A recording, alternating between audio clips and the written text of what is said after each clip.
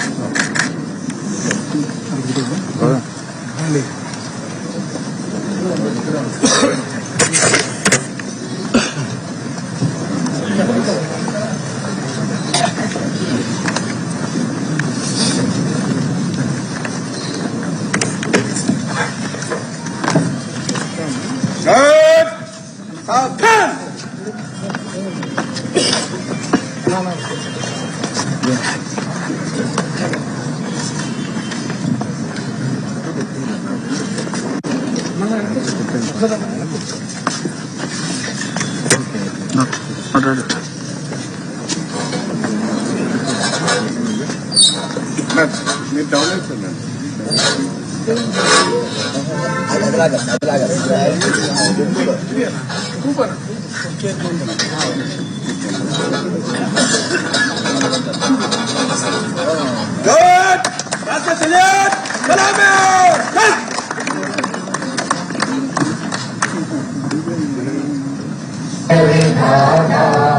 पंजाब सिंध गुजरात मराठा द्राविड उत्कल गंगा विंध्य हिमाचल यमुना गंगा उच्चल जलधि तरंगा तव शुभ नामे जागे तव शुभ आशीष मांगे गाहे तव जय गाथा जन गण मंगलदायक जय हे भारत भाग्य विधाता जय हे जय हे जय हे जय जय जय जय हे स्वतंत्र भारत की स्वतंत्र भारत अति संकट बाबू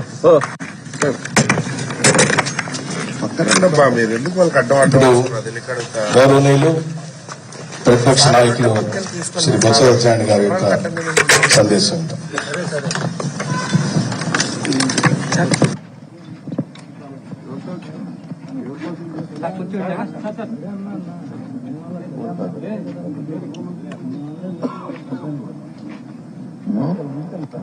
సరిపోద్ది.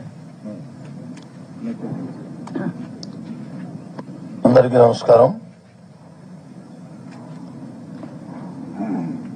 76 సంవత్సరాలు గణతంత్ర దినోత్సవాలు జరుపుకున్నాం. ఈ 77వ సంవత్సరం ఎడుతున్న ఈ శుభ సందర్భంలో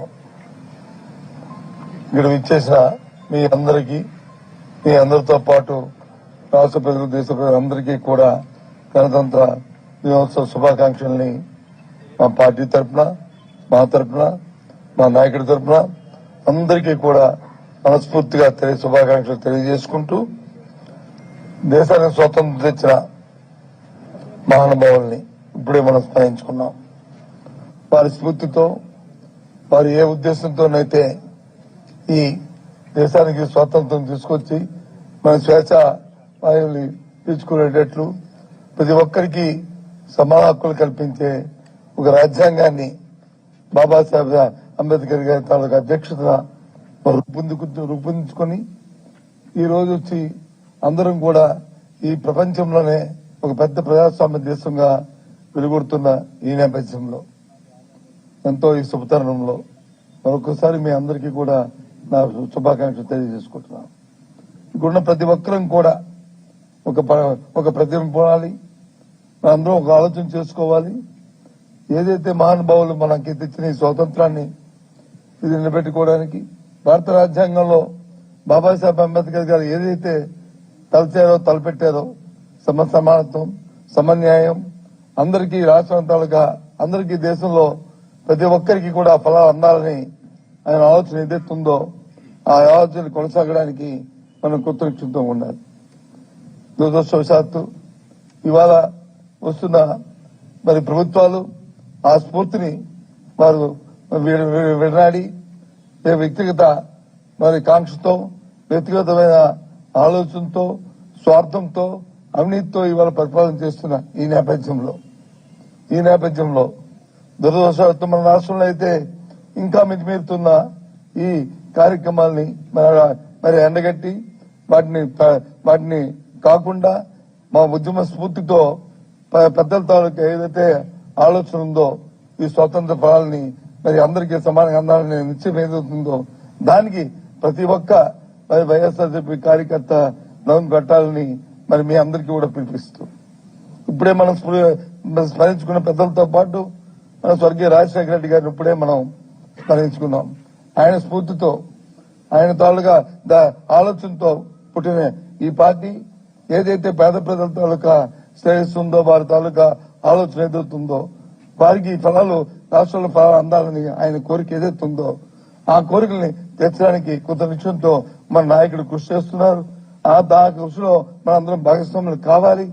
సరే, రాజకీయాల్లో గెలుపుకోవడం అనేది పక్కన పెట్టుకుంటే మనం ఒక ప్రతిపక్ష పార్టీగా మన బాధ్యతని మనం గుర్తెరిగి వాటిని ఆ స్ఫూర్తితోనే మనం ముందుకెళ్లాలని ప్రతి ఒక్క మరి వైఎస్ఆర్పీ కార్యకర్తని మరి కోరుకుంటూ ఈ నేపథ్యంలో ఏదైతే 77వ సంవత్సరంలో అడుగుతున్న ఈ శుభతరుణంలో ఈ గణతంత్ర దినోత్సవం సందర్భంగా ప్రతి ఒక్కరికి మరి మీ అందరికీ కూడా మరొకసారి మీకు శుభాకాంక్షలు తెలియజేసుకుంటూ ఆ ఉద్యమ స్ఫూర్తితో ముందుకెళ్లి ఆ మహనీయుల తాలూకు ఆశయాలను సిద్ధించడానికి ప్రతి ఒక్కరూ మరి ఆలోచన చేయాలని నవ్వు కట్టాలని మీ ఇస్తూ సెలవు తీసుకుంటాను. జై హింద్.